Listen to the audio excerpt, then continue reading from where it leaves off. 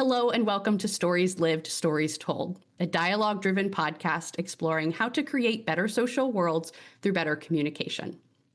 I'm Abbie, and today I invite you to join me in conversation with Hannah Jones and Mathilda Tham as we take a communication perspective on metadesign, emergence, and futures. To take a communication perspective is to consider what we're making and how we're making it through our communication practices. This means that we look closely at patterns, context, stories, and relationships, and that we use curiosity, mindfulness, collaboration, and dialogue to create better social worlds. So whether the topic of today's conversation is familiar to you or not, the hope is that using a communication perspective will reveal new ways of seeing and being for all of us. This is quite different than my other episodes as we're recording live at the Relating Systems Thinking and Design online conference. We have a Zoom room full of curious participants who will be putting questions in the chat to help guide our conversation. Mathilda and Hannah are co-presenters for the session Retrospective and Prospective Storytelling of Metadesign Research and Education Impacts, a 60-year arc. So we're thinking of this as kind of an extension of that, a slightly less formal space to get to hear from them in conversation. Hannah and Mathilda are both design educators, researchers, and activists who I am looking forward to learning with today. As we dive into this conversation, things that I would have listeners keep in mind: think about your own relationship to design in your life, whether you call yourself a designer or not. What are you intentionally making, and how does what you make evolve over time? So without further ado, let's jump in with Hannah and Mathilda. Hi, Hannah and Mathilda. Thanks for joining me for this conversation. Thank you, Abbie, for having us. Hi, Abbie. Hi. Thanks for having us. Yeah. So glad to have you both. As you know, and as listeners of the podcast will know, I like to start my conversations with the question of how are we arriving? And for me, this is about setting context and saying we have one short hour together, but we are three complex human beings with long lives and many stories. And so what is just a sliver of our lives or context that we could offer people as we go into this conversation today that might be useful? I'll start so you both have a second to think about that. The context that I want to share to this group is to go back to last year's RSD conference. RSD 13 was hosted in Oslo, Norway, and it was my first ever RSD experience. And I was instantly so drawn into this wonderful community of such curious people. It was just such a wonderful experience. And like I said, it was really my first introduction to using the language of design, which feels like a very easy parallel. You know, I mentioned that it's creating better social worlds. I see that you could very easily switch out that language for designing better social worlds because it's something you're trying to be intentional about. But as we've gotten ready for this podcast, I was reflecting on a conversation I had last year, which was that I met someone during the initial workshops and we connected over both being storytellers. And so we spent a lot of time during the days of this workshop, you know, thinking and enjoying the presentations together. And a couple days in, this person came back to me and said, "Hey, I listened to your podcast. Could I give you some feedback?"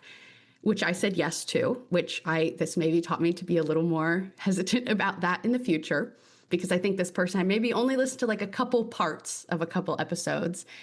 And this person's feedback was that I was wasting time by letting my guests offer long, meandering answers right at the top of the episode to the question of who are you, which we'll get to in a second. I obviously haven't changed that. And he was very, very kind of certain in the feedback he was giving that you have to be very clear up front about what you're offering and you're wasting time. That was the kind of the language that really stuck with me. And I just kind of had a sense of like, oh, I feel like he doesn't get it.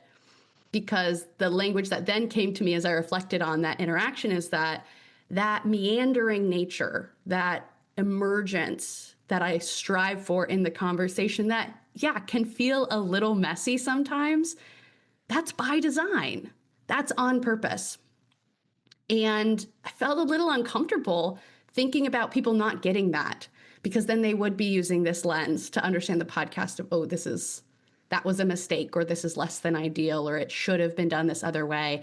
And so I've just continued to reflect on that this year of what it takes for us to really understand things like emergence, mystery, uncertainty as being by design and embrace them rather than work to limit them or eliminate them entirely because we'd rather have certainty, control, etc. The things that go in that camp. So that's a story that I'm bringing with me today, definitely, is that I feel kind of emboldened to even more lean into this emergence that happens in these conversations, but also feeling aware of people's different stories about what, I talk about better social worlds, better communication, better design. And people define better differently. And so that's something that might be interesting for us to talk about today, is how we collectively and individually are defining our versions of the better that we're working towards. So that was a long-winded story, but a place for us to start. So Hannah and Mathilda, how are you both arriving? Hannah, maybe I can ask you to kick it off. Yeah, sure. Thank you very much. Well, it was really interesting to hear your anecdote there, and to think about how this podcast and how your work is setting up this nice space to sort of explore and meander and journey. And that's definitely very kind of connected to our approach, I think, to design and meta design, sort of creating this holding space for emergence and taking people along on that journey with us. I turn up. This is my first RSD conference, and it's also my first podcast. So I feel like it's definitely that kind of big space of emergence. Mathilda and I have also taken on quite a daunting task over the past few weeks, to take this 60-year arc, going back 30 years to where our meta design sort of culture and experience began, and taking us into the future. And so that again is another big thing. So it's Friday and there's lots of big things on the plate. Bit exciting. Yeah. Thank you for sharing that. Hannah, Mathilda, how are you arriving? I think that's really great. I mean, I love what you said, Abbie, about the worries about purposeful things not being understood. And Hannah, I agree with you. We're taking on a big task. And I'm trying to kind of sink into running around bizarrely, trying to pack for a mindfulness retreat for climate change leaders.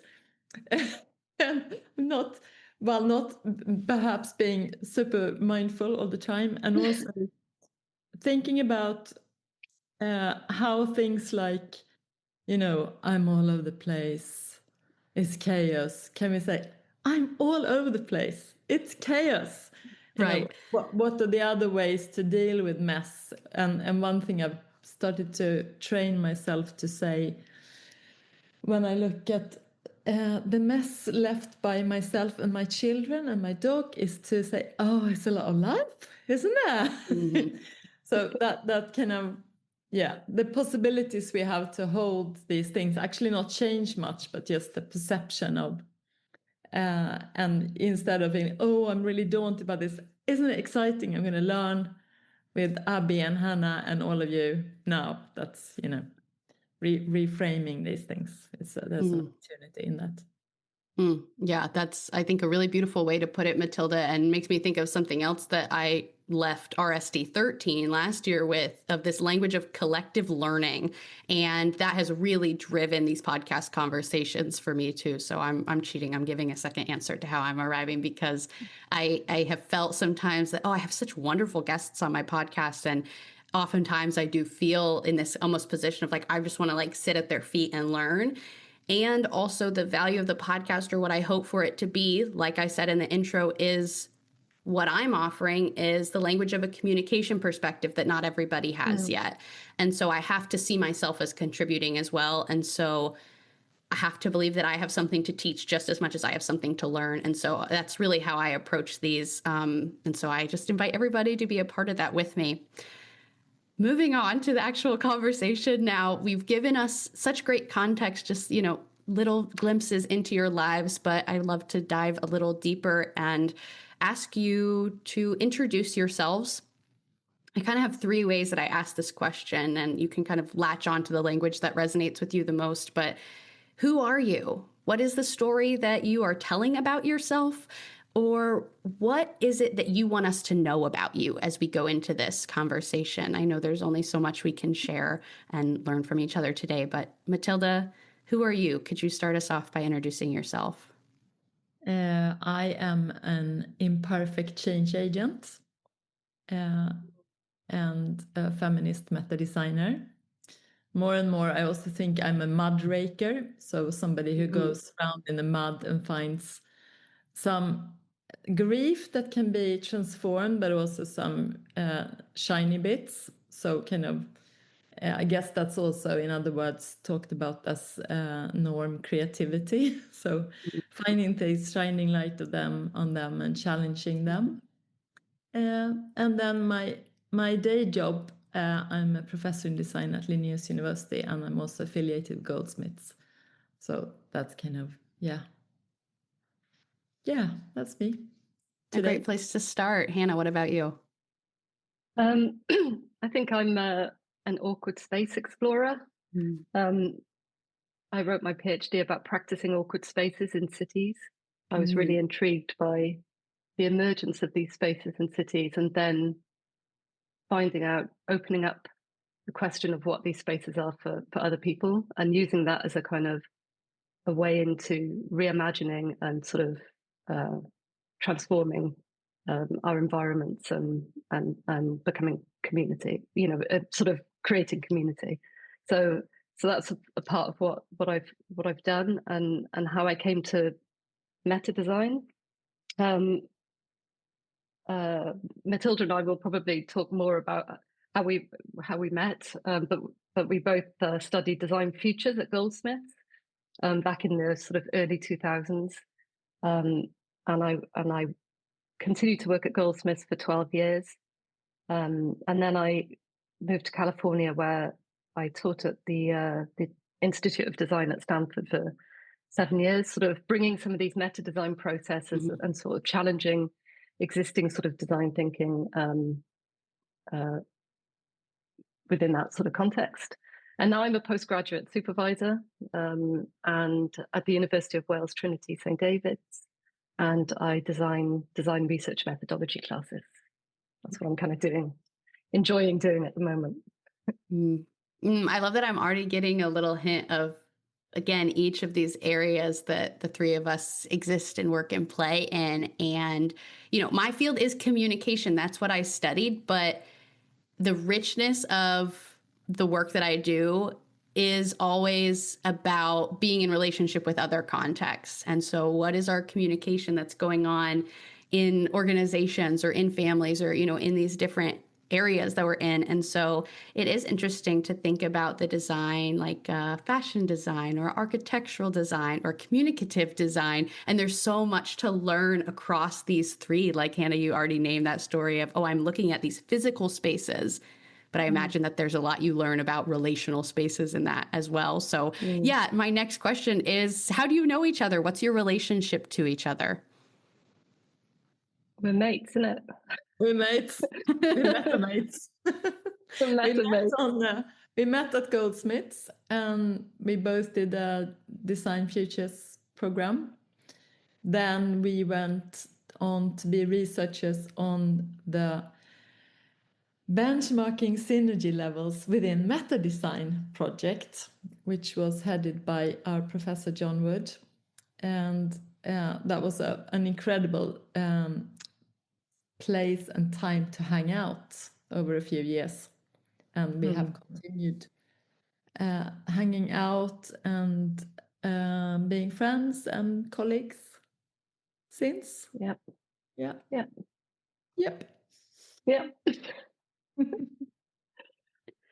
I'm hearing that meta design is the thread that connects the two of you. For people that don't know, how would you define meta design? You want to start, Tham? Yeah. We've been talking a lot about meta design over the past few days and sort of revisiting this project that we've both been a part of, and that's gone on to, impact our work and over the years. I think we originally defined meta design as sort of designing at systemic levels, at design that's sort of encompasses interdisciplinary collaboration, design that nurtures synergy and sets up the conditions for sort of emergent processes and processes of change and learning, and design as a kind of seeding process, rather than this is from Roy Ascott and Elisa Giaccardi, rather than design as a top-down sort of planning process, design that is sort of setting up the conditions for these kind of seeds, these ideas or initiatives to emerge, and sort of nurturing and supporting that process. And I agree with those things. And also, I really like to think of meta design as an invitation rather than as a field, because the field has limitations and excludes, and you can just enjoy meta design the way you like. And for us, I think very much it began as the license to dream. That was John Wood's words, that we giving designers a license to dream and to redesign design. And for me, that was very much a question of agency. I came from the fashion sector, and I was super aware that tweaking products would not turn around this super tank. And then having the license to move away from products and design whatever it takes was such a relief and so exhilarating. And that, I think, is the invitation we can share, and then people take that in lots of different places. I think for us, the arts, John Wood, who shaped our first understanding of meta design, he's a fine artist, and he plays in a band, he does lots of things, but the artistic license and the poetic license has also been very important, I think, for us. And the sort of it's been a very spontaneous, playful, fun environment to work in. Yeah, a question that I like to ask, because it kind of fits into a lot of different contexts, or is a helpful lens, even though it's simple. But again, a place to start at least is using this language of stories and acknowledging that there are many stories. One individual could have many stories told and untold about an event or an interaction or something going on in the world. And then different people could have stories of the same thing. And so I'm curious if we could overlay this language of an old story and a new story onto what you've just talked about. So is there a way that you could juxtapose what you feel like is going on with your invitation of meta design? Is there any way, and you can feel free to reject this question entirely too, is there any way that you could name that as a kind of new story that is opposed to an old story? Is there a way that you can say, here's what's gone on in the world, in the field of design, and here's how this has emerged as an answer to that to lead us down a different or new path? Yes.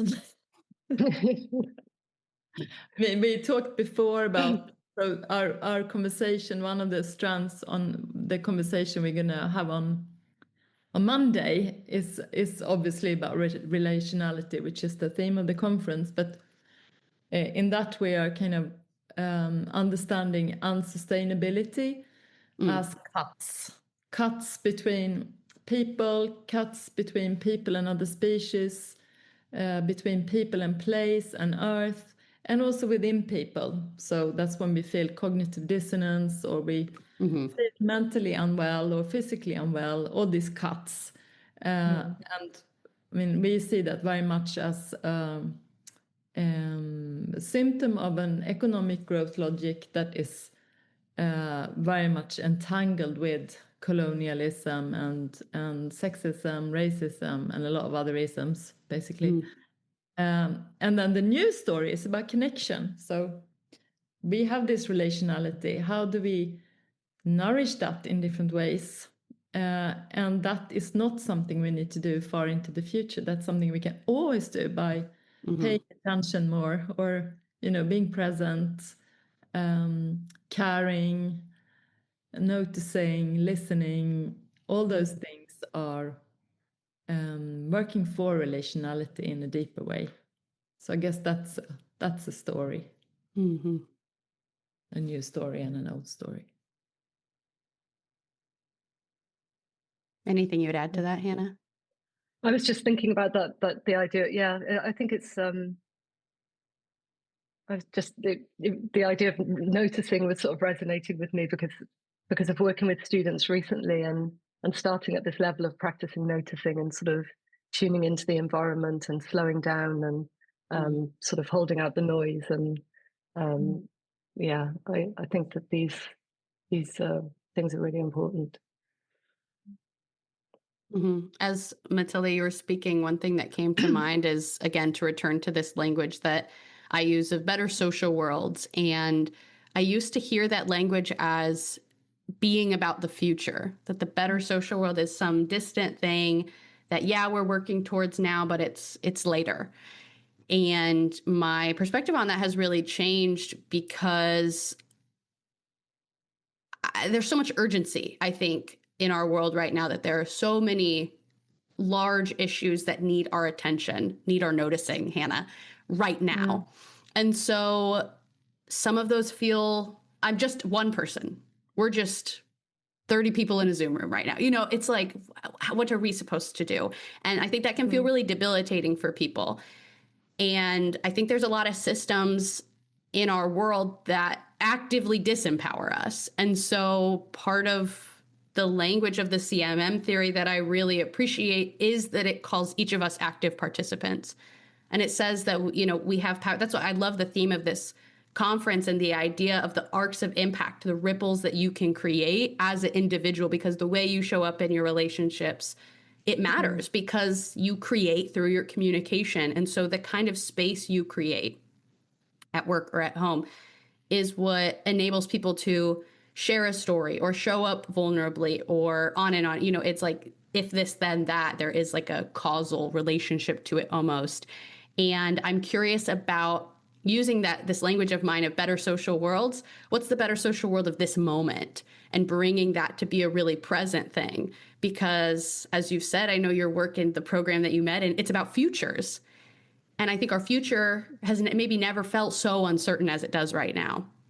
And so you used the word dissonance earlier, and I really like that language. So how do you balance the dissonance of looking to the future, designing for the future, having a long-term lens, and the urgency and the presentness that is required to be right now?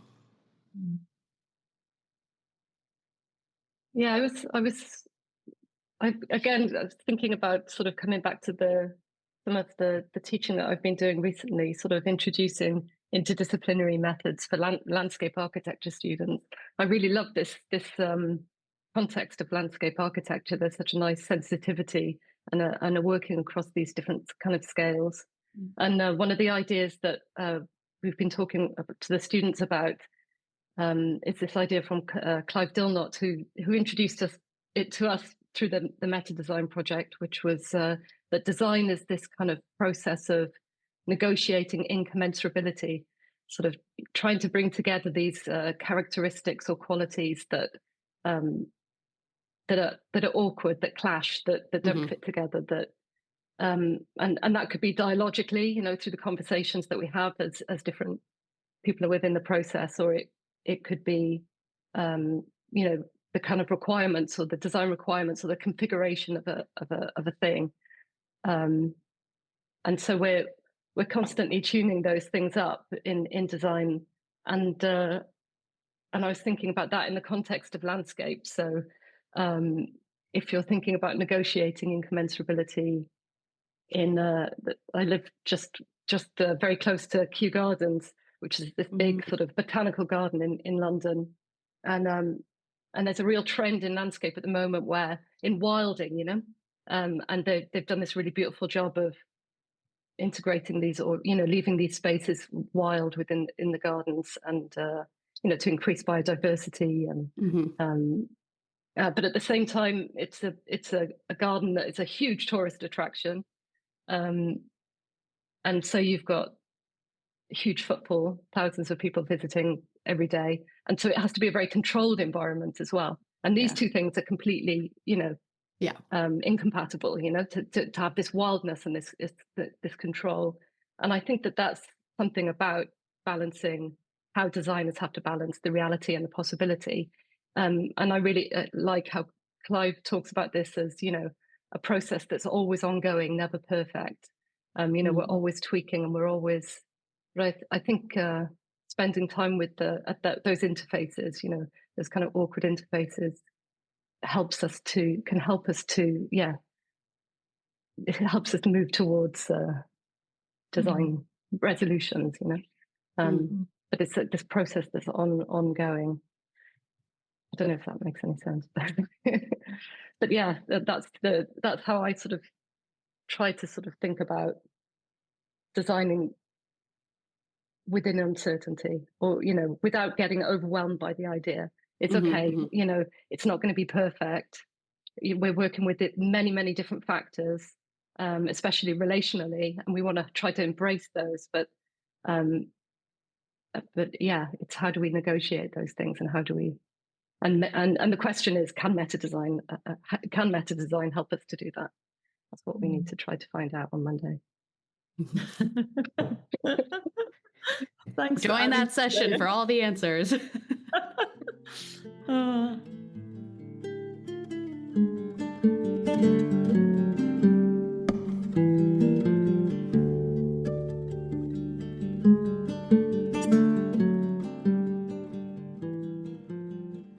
I think it's a great, thanks, Han, and thanks for the question, Abbie. I think it's a really good question. And I mean, I come from, I did my PhD on future studies and systems thinking and design, and I've become very skeptical to futures thinking. I think like the intention with critical future studies is brilliant because it's pluralizing futures, right? And it's also saying that who is having a vision about the future is important. So unless we have very inclusive envisioning processes, we will project a very privileged, I'm sort of paraphrasing Sidi and Sardana, we'll project a very privileged now and passed on to the future. And I totally agree with that.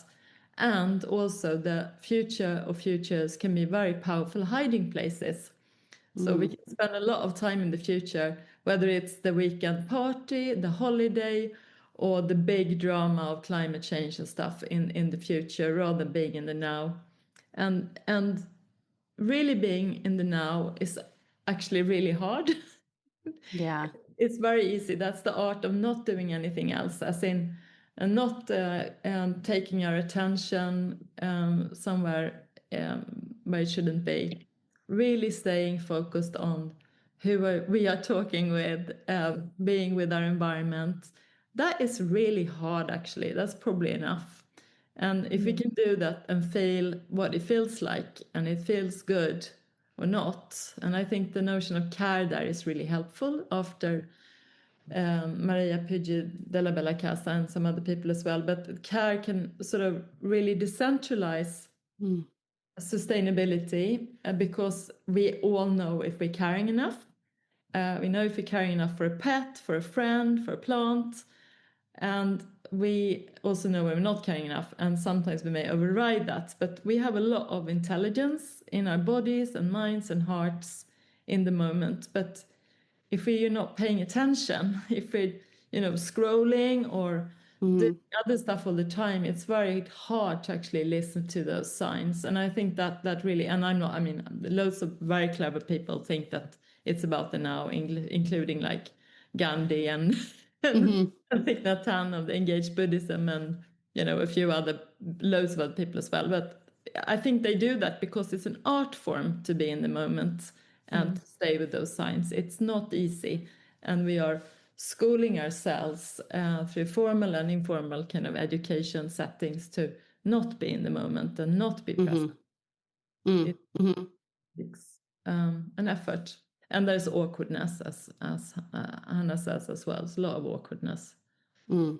Yeah, something I'm curious what you'll think about, just maybe shadow side to what you're talking about is I would certainly never advocate for not being present, but taking a long-term view, I think that people of I'll advocate for futures a little bit.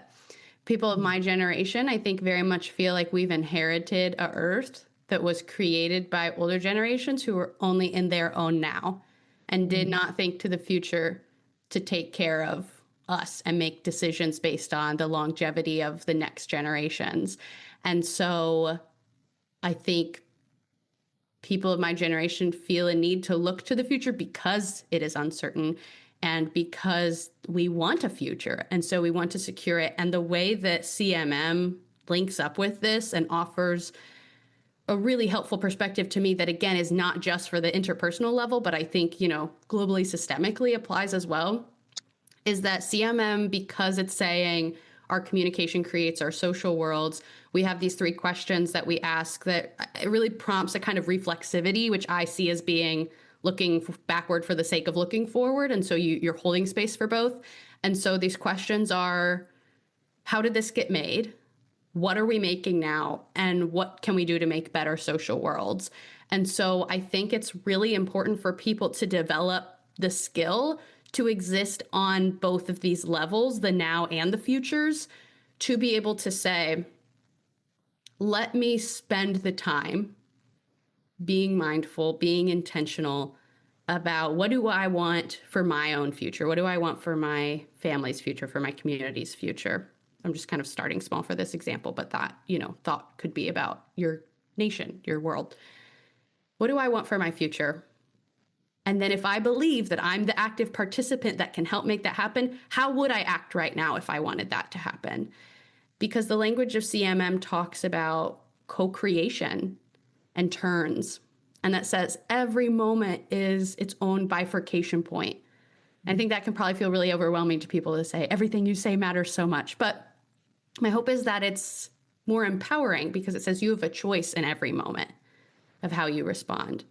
Maybe you haven't seen your communication as you making choices because so much of what you learned was like quiet or implicit. You just kind of observed your family or your friends communicate, and that's how you chosen to communicate. But what if you had a choice in each of these moments? And what if you said, the way that I respond right now is going to shape the turn that Hannah takes, is going to shape the turn that Mathilda takes, is going to shape the next turn that I take, and then the turns that the people who are listening in on this conversation are going to take in their own lives. And then what have we created? And so I love this. I find this practice of the zooming in and zooming out and being flexible and agile to go back and forth between those 2 ways of being as being really valuable, because you're not too focused on the now that you're going to end up somewhere you didn't really mean to, but you're not too focused on the future that you're not being intentional about creating what you'd like to in your now, again, relationally or systemically. I mean, I totally agree with you, Abbie. I think what I'm trying to say, but I'm not saying it perhaps very, very clearly, is that yes, we need to engage with the long futures, including far beyond our own lifetimes, like the 7-generation thinking, and we cannot defer action. So there's a risk that we think, okay, we can number crunch us to this if we just wait until we know enough. Right, yeah. We won't do that. Or conversely, we do know that. We know enough.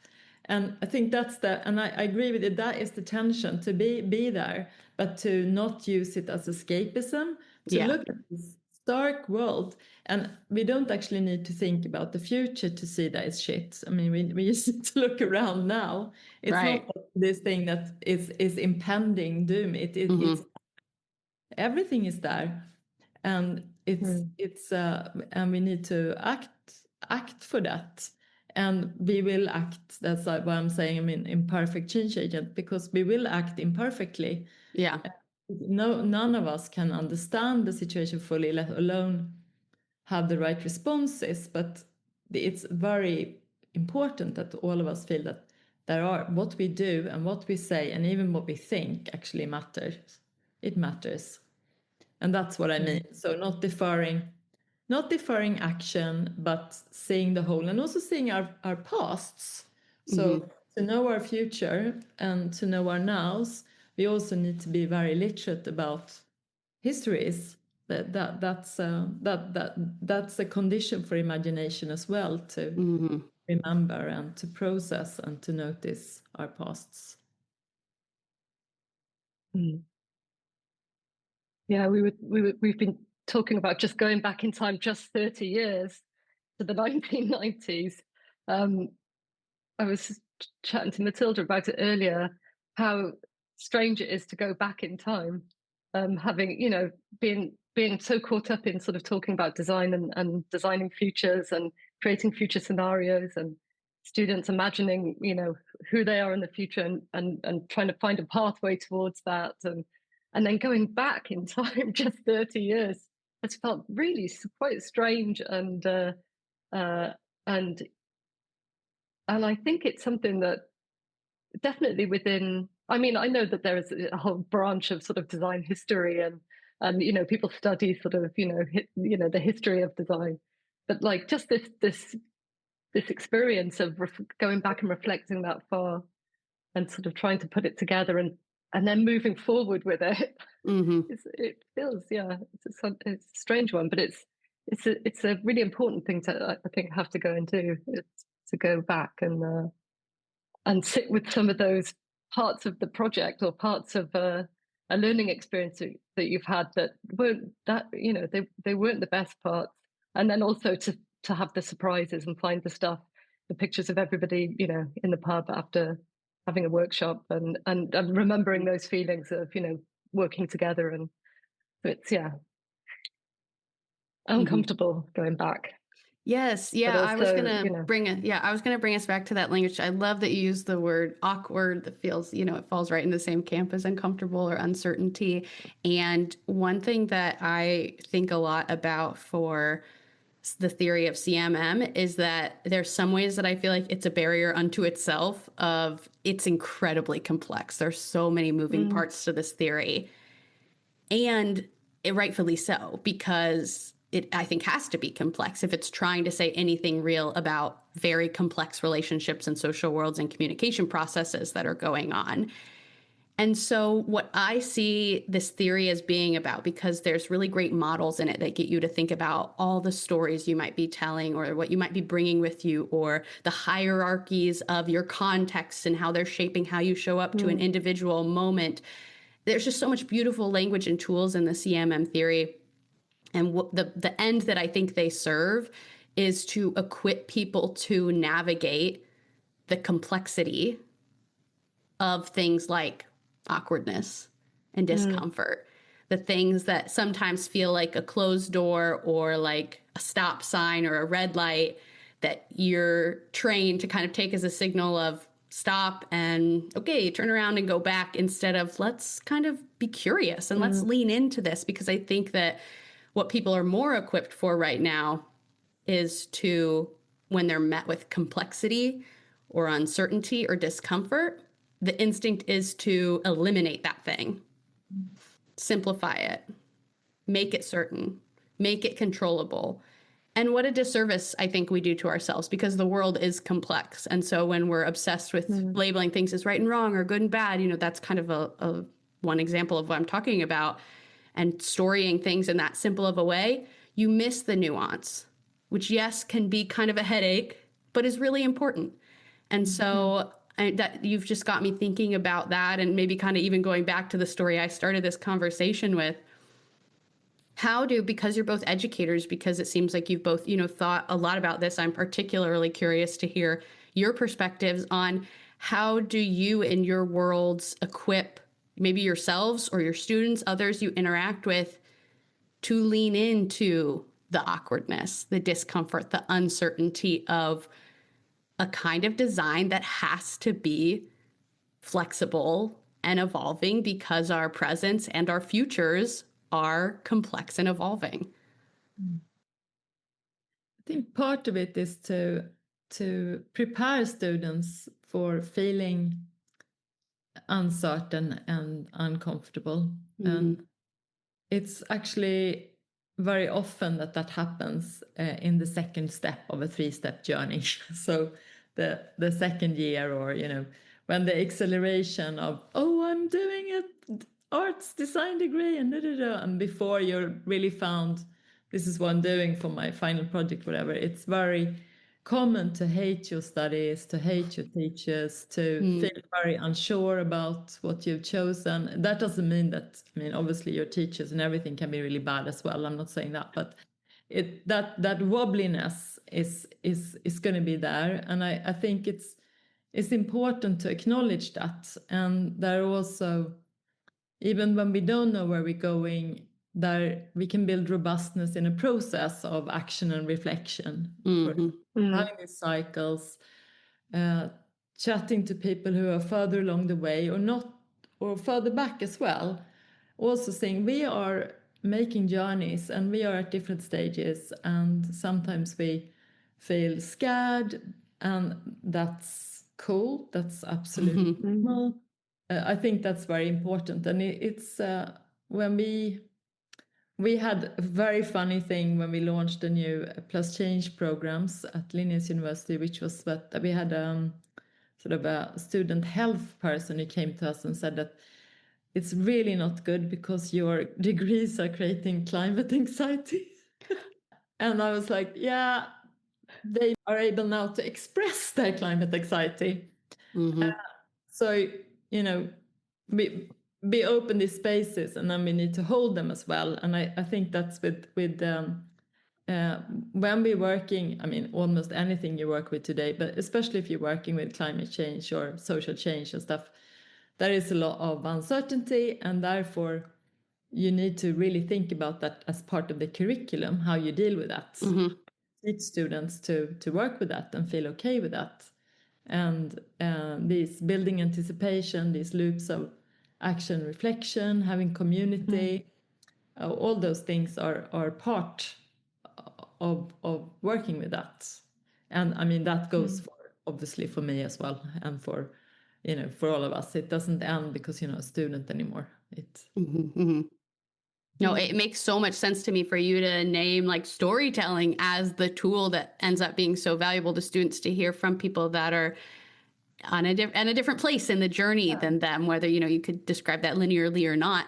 But that's so much of what I believe, is that we undervalue so much the power of stories, and not to like sterilize what's going on in our storytelling and relationships. But I'm so curious to think about the function of sharing a story, whether it's one that the listener directly resonates with or not, is for me about expanding our imaginations of what's possible, what's normal even. That's so important, to hear stories that help you understand that people share your experiences. It seems exactly what you're talking about, that how much it means to students to hear other people say, I'm really struggling right now too, or I'm also feeling uncertain. That doesn't eliminate the uncertainty, but knowing you're not alone in the uncertainty is so powerful. And so I just like feel like I'm on a personal mission to revalue storytelling as something that is part of this real change that can come out of communication. So I love hearing that story of that being a real significant tool.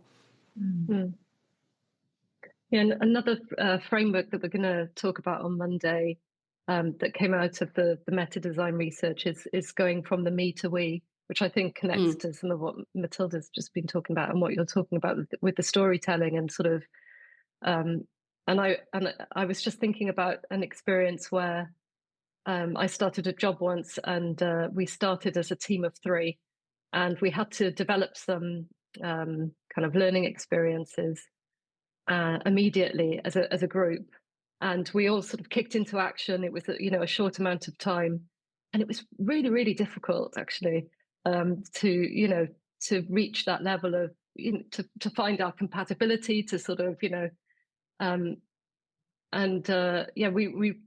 we're going to talk about this notion of moving from me to we. So the importance of turning up as you, and being able to sort of settle and say who you are, and for somebody to listen to that, and then sort of interacting with the other, and then sort of saying, I hear you. I guess this is who you say you are, and this is, and then sort of you're a team, and it's okay. We're telling a story together, and we're starting to create a shared understanding and a shared language between us, and then we can go out and sort of share that beyond our kind of unit.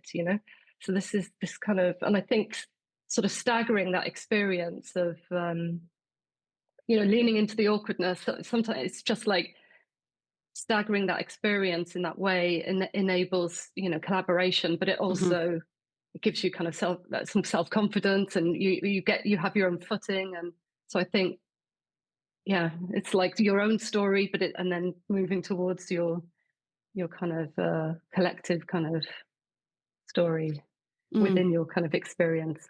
Yeah, that prompts me to want to answer my own question about what are the tools, because just the way you've described that makes me think of one of the specific models of CMM is the loop model, and that's L, bunch of U's, and 2 T's. And that's where the name for my podcast comes from, the L being lived stories, the T on the M being told stories.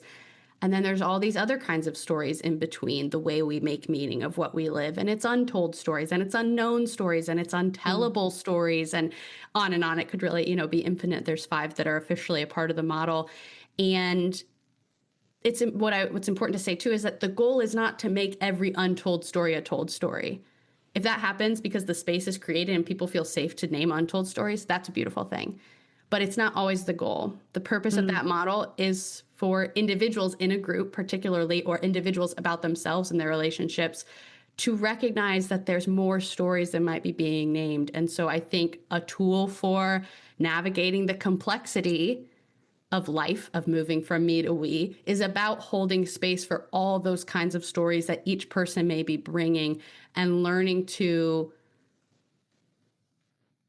not resolve the dissonance, but sit in the dissonance of multiple, maybe conflictual stories coexisting at the same time. So you generated so many awesome thoughts for me in this conversation already, and we're kind of winding towards the end. And I want to give one last opportunity to both of you to kind of broadly say what else.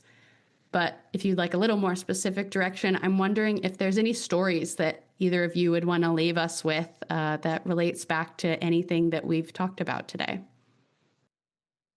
Yeah, I've just finished working on an exhibition that's closed now, where we made a portal for stepping into different mindsets and heart sets. And, I'm really curious about what stories we can tell about the now, just looking at it from different perspectives. I think that's super exciting.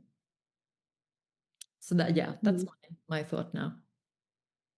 And this mini challenge of, is it messy or is it a lot of life? Those small adjustments we can make in the present. Yeah, I'm still sort of everything is still sort of settling, but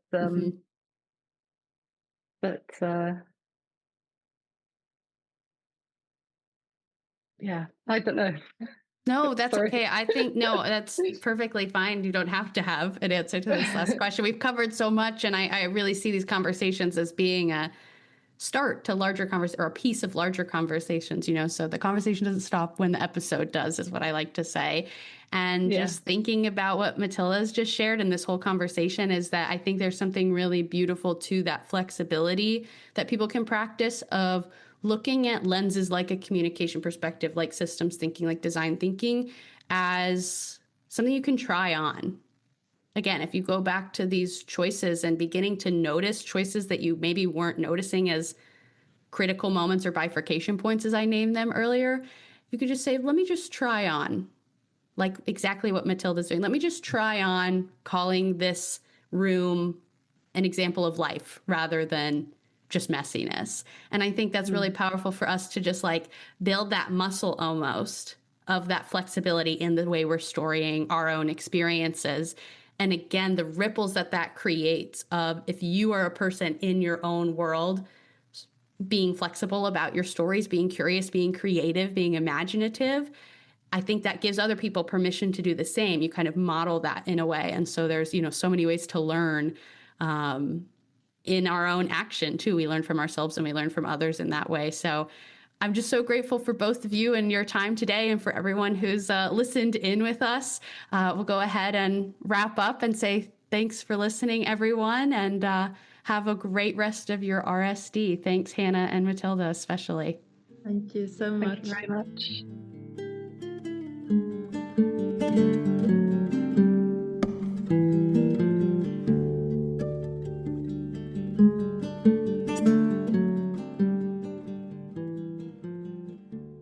Okay, that is all for today's episode. But remember, the conversation doesn't stop just because the episode does. There are so many ways to stay in dialogue. First, you're always welcome to reach out to me to share your reflections, questions, and ideas. There are also a number of online spaces where you can comment, including the Stories Lived, Stories Told Instagram and the CMM Institute Substack. Links to all these places to connect are in the show notes. If you want to stay up to date, a couple things you can do are follow the show wherever you listen, leave a rating and review, share this episode with someone you want to invite into the conversation, and subscribe to the CMM Institute Substack to get every episode right in your inbox. Stories Lived, Stories Told is an initiative of the CMM Institute for Personal and Social Evolution. You can learn more about the CMM Institute and our other initiatives, including our other podcast, Cosmo Parenting, and all our free Cosmo activities, as well as Cosmopolis 2045. There's also the CMM Institute Fellowship and the CMM Institute Press. We have so many great resources that we are so excited to share. Again, links to all of that can be found in the show notes. Thank you for showing up. Thank you for being curious, and thank you for being a part of this story. I'm Abbie, and this has been Stories Lived, Stories Told.